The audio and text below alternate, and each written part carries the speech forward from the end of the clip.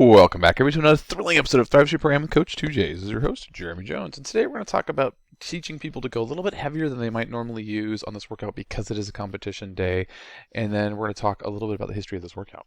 So, this is a workout where it's a significantly heavier load than I normally would program for something like thrusters, especially squat clean thrusters. There's always that chance or risk of injury where people are going into the bottom of their squats and they have kind of an immature squat, so they tend to be more forward leaning, and then their elbows are pointing straight down because they're holding the barbell in their hands, and we have that collision, potential collision between the elbow and the knee. So this is a really debilitating injury when it does happen, when you jack up your wrist like this, and it's pretty easy. It can happen if people aren't aware of it, but it's easy to avoid if people are paying attention.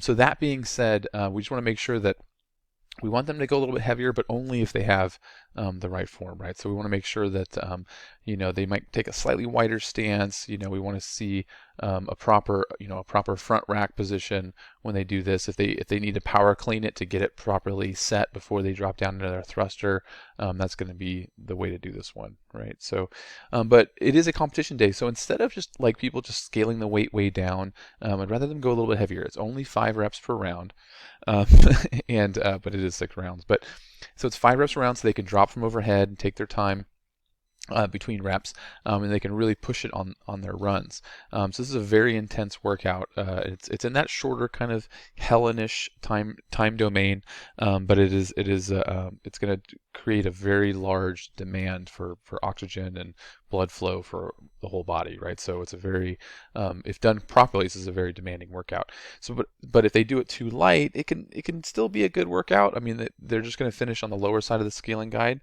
but then it just becomes a running workout. And we don't, if this was something like 95 pounds and 65 pounds, it would not be what we're looking for. Now, this particular week, we've got, as I talked about on the Monday video, we've got a lift and a short Metcon Monday, Tuesday. This is the Wednesday workout. Thursday's another lift and a Metcon. So we got 4 days in a row of fairly short kind of time domain workouts where we're not really going deep into the aerobic capacity. But then on Friday, Saturday, and Sunday, we've got a lot longer workouts. And part of the reason why I cluster workouts like this occasionally is because most people don't come, Monday through Thursday and then take the weekend off, right? There's usually, it's Monday through Friday, or it's, Monday, Wednesday, Friday. It's more spread out, right? So that way we can get the proper stimulus. So sometimes clustering certain time domains and certain types of workouts is a way to make sure that everyone's getting the proper amount of stimulus from each type of thing that we're working on, right? So that's one of the reasons why. So if people are complaining, you can say, don't worry, we've got a lot of fun stuff planned for Friday, Saturday, and Sunday. So if you're concerned or whatever, then don't worry, you're going to get plenty of longer Metcons later this week. And of course, we always have cash out. So. But yeah, so we want people to go a little bit heavier on this one because it's a competition day. Now we've got a pretty short little warm up, and then we're going to do some ankle mobility, and then we're going to spend 10 minutes working up to a challenging power clean plus front squat or squat clean. So again, depending on people's abilities, and really this is a way to just spend some extra time coaching. If people want to go heavy, they can. If they want to work more on form, they can. We're not requiring them to do one or the other. And it's your chance to evaluate, right? So you're going to be watching people and seeing where they're at, and that's going to help them make smarter decisions about the load that they use. Now, in a workout like today, we're probably looking for something closer to 70 to 80% of their max. There's 30 total repetitions, but they're spread out by the runs, and they're in these smaller sets. Let me see if I can find that chart that I made. So here's an example of this chart. I've made an article about it. I don't think I've published this one publicly. Only you guys have the secret chart. What weight what weight should I use for the workout? And you can see here if it's 5 to 9 reps, and the total in the workout is going to be somewhere in this range. Normally it's going to be 60 to 75%. This one could be a little bit heavier, right? So this is just one example where we might go a little bit outside this range because it's a competition day, and because we want people to push a little bit harder.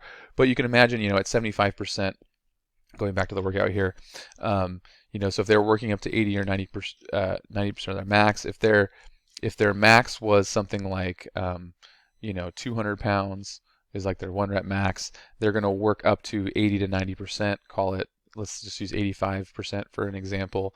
So that's, that's like 170, somewhere in that range. And then for the workout, you can see, okay, 50% is 100.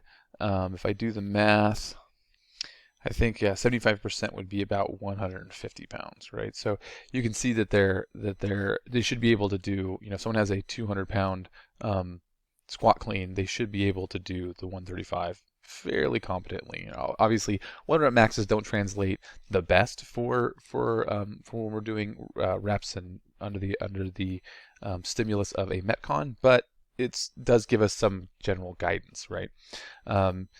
Same thing goes, who should be using the 85 pounds? Well, that should probably be their squat clean should be somewhere in the mid 100s, right? Even if you just went with a really simple 50%, so you would just double this, that'd be like 170? And then you can kind of say, okay, if you can't, not many women, for example, are going to be able to clean 170, but if they can do 135, then they should be able to do it. But obviously, you can just bust out a calculator if you need to.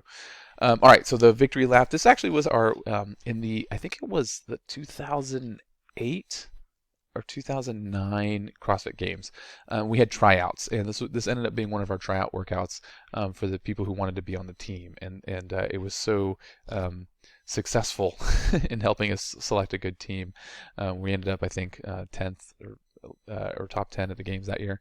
That was one of the years I was on the team, but it was just this workout that was just like surprisingly hard for what it is, and it just has to do with the amount of muscles that we're using, the combination of a load and a monostructural movement, and that sixth round, for whatever reason, just having that sixth round is really just a kick in the gut. So sometimes I call it the AKA the DCF 2009 tryout workout or whatever, but we just call it victory lap now. All right, so last time we actually did this one, it's been a while. It looks like it hasn't been since 2017. So if you guys have been with me for a while, you'll have some people get a chance to do it, but I'll try to roll this one out again within the next year so people can see that. Now, because it is a shorter workout, I went ahead and included a cash out and some hypertrophy stuff for people who want to do that. Again, just because we have the first 4 days this week, there's not any real long metcons, so I did want to include that for people who want to do a little extra before they leave the gym today. But that's it for today, guys. Thanks a lot, and thrive on.